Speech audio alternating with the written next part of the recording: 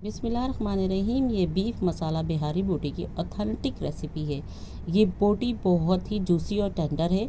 इसका मसाला इतना चटपटा होता है कि आप उंगलियां चाटने पर मजबूर हो जाएंगे। इस बोटी को आप घर में पैन या सीख पर भी आसानी बना सकते हैं और इसको बनाने के बाद आप एक दफ़ा खाएंगे तो इसका जायका आप बहुत अरसे तक याद रखेंगे।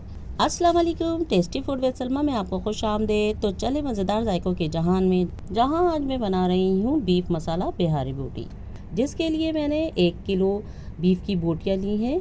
और ये देखिए, ये बोटियाँ जो है ये इस साइज़ की है। उसके बाद मैंने इसको धोकर अच्छी तरह से साफ़ कर लिया था, बल्कि मैं तो ये कहती हूँ कि इसे स्ट्रेनर पे आप रखें। उसके बाद मैंने इसमें 4 खाने के चम्मच कच्चे पपीते का पेस्ट शामिल किया है और इसको मैंने क्यूब की शक्ल में फ्रीज़र में फ्रीज़ कर दिया था। उसके बाद इसमें मैंने 4 खाने के चम्मच सफ़ेद सिरका डाला है। 2 खाने के चम्मच इसमें मैंने हरी मिर्च का पेस्ट डाला है और पेस्ट में आपने बिल्कुल भी पानी का इस्तेमाल नहीं करना है। अदरक 2 खाने के चम्मच, इसे भी मैंने ग्राइंडर में ग्राइंड किया है।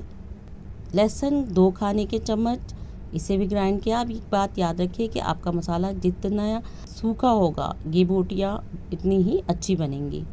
प्याज क्रश 2 अदद दरमियाने साइज़ की, इसका मैंने पानी निचोड़ लिया था। दही 1 कप, इसका पानी मैंने निचोड़ लिया था। आप किसी मलमल के कपड़े में दही को डालकर इसे हैंग कर दिए तो दही का सारा पानी निकल जाता है। उसके बाद मैंने इसमें 4 खाने के चम्मच कबाब मसाला डाला है, जो कि मैंने कबाब का मसाला बनाया था। अगर आपको मेरे कबाब मसाले की रेसिपी चाहिए तो ये डिस्क्रिप्शन बॉक्स में इसका लिंक और मेरी वीडियो में भी ये मौजूद है। उसके बाद इसमें मैंने 3 खाने के चम्मच खसखस पाउडर डाला है और 3 ही खाने के चम्मच मैंने इसमें सरसों का तेल डाला है। 1.5 चाय का चम्मच इसमें मैंने नमक शामिल किया है और इन तमाम चीज़ों को शामिल करने के बाद मैंने इसे बहुत अच्छी तरह से मिक्स कर लूँगी।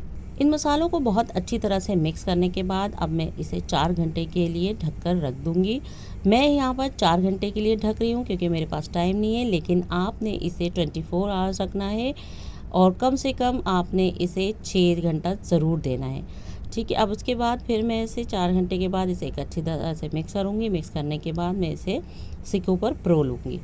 ये देखिए, इस तरह से आप सिकों पर एक एक करके बोटियों को लगाते जाएं और इसका मसाला भी साथ साथ आप लगाइएगा। जो आपके बाउल में जो बोटियों के अंदर मसाला है वो भी इसके ऊपर आपने लगाना है। आखिर में बहुत अच्छी तरह से आप लगा लीजिएगा इसे।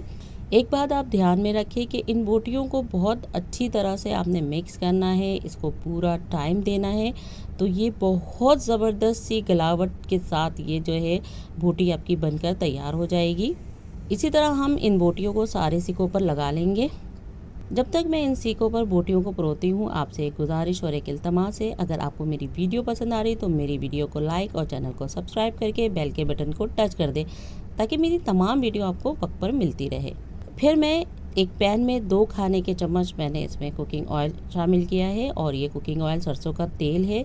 आप भी ज़रूर सरसों का तेल का इस्तेमाल करिएगा। ये एक ख़ास रेसिपी होती है बिहारियों क्या कि वो मसाले जो हैं सरसों के तेल में खाने बनाते हैं और उसका जायका बहुत अच्छा होता है। अब ये देखिए, ये बोटियों को मैंने डाल दिया है। डालने के बाद इसे मैं तकरीबन 15 मिनट के लिए ढककर रख दूंगी और आँच में बहुत धीमी रखूँ। ये देखिए, अब जिन बोटियों को मैंने सीखों पर परोया था, अब मैं इसे चूल्हे की आँच पर आपको पकाकर दिखाती हूँ। अगर आपके पास इस तरह की कोई ग्रिल नहीं है तो कोई मसला नहीं है, आप कोई सी भी जाली रख लें और रखने के बाद फिर इस तरह से आपने इसे आहिस्ता आहिस्ता स्लोली जो है इसे भूनना है। और साथ ही साथ इसमें आपने कुकिंग ऑयल या बटर या घी जो भी आपके पास दस्तयाब हो आप उसे लगाते रहें। अगर आप ऐसा नहीं करेंगे तो आपकी जो कबाब है वो जल जाएंगे। अगर आप घी लगाएंगे तो आपका मसाला जलेगा नहीं बल्कि बहुत अच्छी तरह भुन जाएगा। ये देखिए, ये सीख तैयार हो गया है। इसी तरह से मैं सारे सीखों को तैयार कर लूँगी। ये देखिए, ये 15 मिनट के बाद कबाब जिसे मैंने पैन में बनाया था वो भी तैयार हो गया। अब इसे मैं कोयलों पर से दम दे दूँगी और दम 1 मिनट के लिए दूँगी। ये दम हो गया। अब ये देखिए, मैं इन बोटियों को मैं निकाल कर आपको दिखा रही हूँ। अब इसे आप अदरक के साथ इसमें आपने नींबू छिड़क लें, प्याज आप डाल लें, आप जिस तरह से चाहें, ये आपके ऊपर मुनसर है कि आपने इसे किस तरह से खाना है या सर्व करना है। तो लीजिए जनाब, आपकी बीफ मसाला बिहारी बोटी तैयार है। ये देखिए किस कदर सॉफ्ट और गली हुई है। अब मैं आपको सिकों से भी निकाल कर दिखाती हूँ। ये देखें आप, ये कितनी अच्छी तरह से सिकी हुई है। लग रही है कि ये घर में मैंने बनाई है, वो भी चूल्हे पे। अब देखें आप, इस पे भी मैंने नींबू का अर्क छिड़का है। छिड़कने के बाद आप इसे जिस तरह भी चाहे इस्तेमाल करें। आप इसे बर्गर में लगाकर बन कबाब भी बना सकते हैं, आप इसके सैंडविचेस भी बना सकते हैं, आप इसका कबाब पराठा भी बना सकते हैं, अपने बच्चों को लंच में भी दे सकते हैं और अपनी दावतों में भी बना सकते हैं। ये देखिए आप, ये वाले कबाब भी बहुत अच्छी तरह से गले हुए हैं। तो जनाब ये तैयार हो गई है बीफ मसाला बिहारी बोटी। उम्मीद है कि आप मेरी इस रेसिपी को ज़रूर ट्राई करेंगे। अच्छा, अब इजाज़त दें, खाएं पिए और मज़े करें, अपना और अपनों का ख्याल रखें और मुझे दुआओं में याद रखें। अस्सलाम वालेकुम।